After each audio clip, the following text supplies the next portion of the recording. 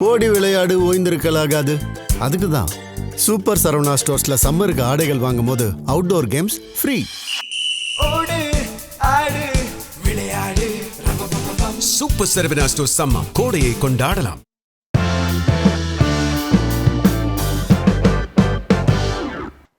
ஈரானுடன் அமெரிக்காவுக்கு போர் வெடித்தது. இஸ்ரேலும் ஈரானை தாக்கியது. போர் காரணமாக உலக எண்ணெய் வர்த்தகத்துக்கு முக்கிய பாதையாக இருந்த ஹார்முஸ் முனையை ஈரான் மூடி வைத்திருக்கு. இதனால் உலகம் முழுக்க எண்ணெய் வர்த்தகம் பாதிக்கப்பட்டிருக்கு.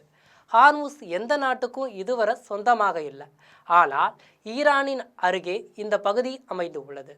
தற்போது ஈரான் நாடு இந்த பகுதியை கடந்து செல்லும் கப்பல்களுக்கு கட்டணம் வசூலிக்க போவதாக சொல்லியிருக்காங்க. அதாவது ஹார்முஸ் முனையை கடக்கும் கப்பல்களுக்கு 2 மில்லியன் அமெரிக்க டாலர்கள் வர இந்த மதிப்புள்ள சுமார் 18 கோடி கட்டணமாக வசூலிக்க போவதாக தகவல் வந்திருக்கு. இது உறுதிப்படுத்தப்படாத தகவலாகத்தான் உள்ளது.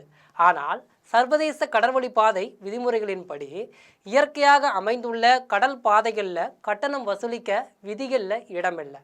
மனிதர்களால் கட்டப்பட்ட சூயஸ் கால்வாய், பனாமா கால்வாய் வழியாக செல்லக்கூடிய கப்பல்களுக்கு மட்டும்தான் கட்டணம் வசூலிக்க சட்டத்தில் இடம் இருக்குது. சரி, இந்த சூயஸ் கால்வாய் எங்கே அமைந்துள்ளது என்று பார்க்கலாமா? எகிப்தில் இருக்கக்கூடிய இந்த கால்வாய் செங்கடலில் உள்ள எகிப்தின் சூயஸ் நகரின் ஊடாக மத்திய தரைக்கடலையும் இந்திய பெருங்கடலையும் இணைக்குது. இந்த பாதையில் தான் ஐரோப்பாவிலிருந்து ஆசியாவுக்கு சரக்குகள் நேரடியாக செல்லுது.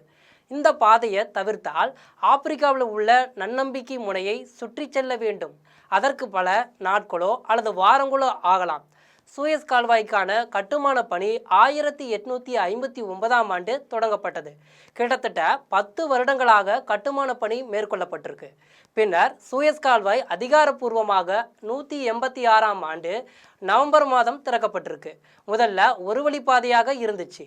பின்னர் ஒவ்வொரு வருடமும் ஆயிரக்கணக்கான சரக்கு கப்பல்கள் இந்த பாதையை தான் பயன்படுத்தியிருக்காங்க.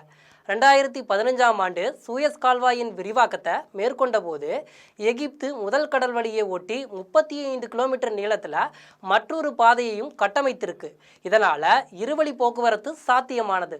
அது மட்டுமல்லாமல் பெரிய சரக்கு கப்பல்கள் செல்லவும் ஏதுவாக அமைந்திருக்கு. தற்போது இந்த கால்வாயை சூயஸ் கெனால் அத்தாரிட்டி என்கிற எகிப்து அரசுக்கு சொந்தமான நிறுவனம் நிர்வகிக்குது. இந்த கால்வாயும் ஒருமுறை மூடப்பட்டிருக்கு. இஸ்ரேல் மற்றும் எகிப்துக்கு இடையே நடைபெற்ற இந்த 6 நாள் போரால எகிப்திய அதிகாரிகளால் சூயஸ் கால்வாய் 1967ஆம் ஆண்டு மூடப்பட்டது. சர்வதேச வர்த்தகத்தில் 12% வர்த்தகம் இந்த பாதை வழியாகத்தான் நடக்குது. இந்தியாவின் பெரும்பாலான கச்சா எண்ணெய் இந்த வழியாகத்தான் இறக்குமதி ஆகுது. இந்த நேரத்தில் சூயஸ் கால்வாயை போலவே தென் அமெரிக்க கண்டத்தில் பனாமா கால்வாய் அமைந்திருக்கு. பனாமா நாட்டுக்கு சொந்தமான பனாமா கால்வாய் கரீபியன் கடல் மற்றும் பசிபிக் பெருங்கடலில் இணைக்கும் வகையில் 82 கிலோமீட்டர் தூரத்துக்கு கட்டப்பட்டிருக்கு. உலகின் கடல் வணிகத்தில் 5%, அமெரிக்காவின் வர்த்தகத்தில் 50% இந்த கால்வாய் வழியாகத்தான் நடக்குது. உலகின் முக்கிய கடல்சார் வணிகத்துக்கான இணைப்பாக இந்த கால்வாய் இருக்கு. அமெரிக்கா தான் இந்த கால்வாயை வெட்டியது. நீண்ட காலம் அமெரிக்காவில் நிர்வாகம் செய்யப்பட்டு வந்தது. 1964ஆம் ஆண்டு பனாமா கால்வாயை தங்களிடம் ஒப்படைத்துவிட்டு அமெரிக்கா வெளியேற வேண்டுமென பெரும் போராட்டம் பனாமாவில் வெடித்தது. கலவரத்தில் ஏராளமானோர் கொல்லப்பட்டனர். பின்னர் 1977ஆம் ஆண்டு அமெரிக்க அதிபராக ஜிம்மி கார்ட்டர் இருந்தபோது பனாமா கால்வாயில் இருந்து அமெரிக்கா கொஞ்சம் கொஞ்சமாக வெளியேறும் என்று அறிவித்தார். அதன்படி 1999ஆம் ஆண்டு டிசம்பர் 31ஆம் தேதி அமெரிக்க அதிபராக பில் கிளின்டன் இருந்தபோது பனாமா நாட்டிடமே முற்றிலும் பனாமா கால்வாய் ஒப்படைக்கப்பட்டது. பின்னர் பனாமா மக்கள் நடத்திய தொடர் போராட்டம் காரணமாக இந்த கால்வாயை விட்டு அமெரிக்கா நிரந்தரமாக வெளியேறிச்சு. ஒவ்வொரு ஆண்டும் 14,000 கப்பல்கள் இந்த பனாமா கால்வாய் வழியாக செல்லுகிறது. அமெரிக்காவின் கப்பல்களில் சுமார் 75% பனாமா கால்வாய் வழியாகத்தான் சென்று வருகிறது. அமெரிக்க அதிபராக ட்ரம்ப் 2வது முறையாக பதவியேற்ற போது பனாமா கால்வாய் பற்றி பேசியும் மூக்குடைப்பட்டார். அமெரிக்க கப்பல்களிடம் இருந்து பனாமா பெருகும் கட்டணத்தை வசூலித்தது. அமெரிக்க கடற்படை கப்பல்களிடம் கூட கட்டணம் வசூலித்தது. அமெரிக்க மக்களின் வரிப்பணத்தில் உருவாக்கப்பட்டது. பனாமா கால்வாய் சீனாவின் ஆதிக்கத்தில் இருக்கும் பனாமா கால்வாயை அமெரிக்க கைப்பற்றும். அமெரிக்கா இந்த கால்வாயை கட்ட ஏராளமான பணத்தை செலவழித்ததாகவும் சொல்லப்படுகிறது. 38,000 அமெரிக்கர்கள் கட்டுமானத்தின் போதே உயிரிழந்ததாகவும் சொல்லப்படுகிறது. ஆனால் அப்போது கொடுத்த வாக்குறுதியை பனாமா காப்பாற்றவில்லை என்று குறை கூறியிருக்காரு. ட்ரம்போட இந்த பேச்சுக்கு உடனடியாக எதிர்வினையாற்றிய பனாமா அதிபர் ஜோஸ்ரால் முலினோ அமெரிக்க அதிபர் டொனால்ட் ட்ரம்பின் பேச்சை முற்றிலும் மறுத்திருக்காரு.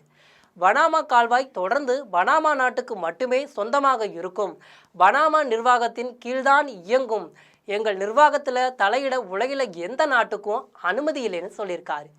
யாதோ ஒருவர் இடத்துல இருந்தும் சலுகையாக இந்த கால்வாயை நாங்கள் பெறல, நாங்கள் நடத்திய போராட்டத்தோட விளைவாக பெற்றோம் என்று பதிலடி கொடுத்திருக்காரு. இது போன்ற உலக செய்திகளை அறிந்து கொள்ள ஜெம் தொலைக்காட்சியுடன் தொடர்ந்து இணைந்திருங்கள்.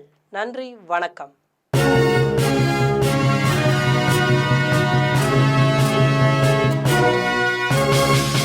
ஓடி விளையாடு ஓய்ந்திருக்கலாகாது. அதுக்கு தான் சூப்பர் சரவணா ஸ்டோர்ஸ்ல சம்மருக்கு ஆடைகள் வாங்கும் போது அவுட்டோர் கேம்ஸ் ஃப்ரீ. ஓடு ஆடு விளையாடு. சூப்பர் சரவணா ஸ்டோர்ஸ் சம்மர் கோடையை கொண்டாடலாம்.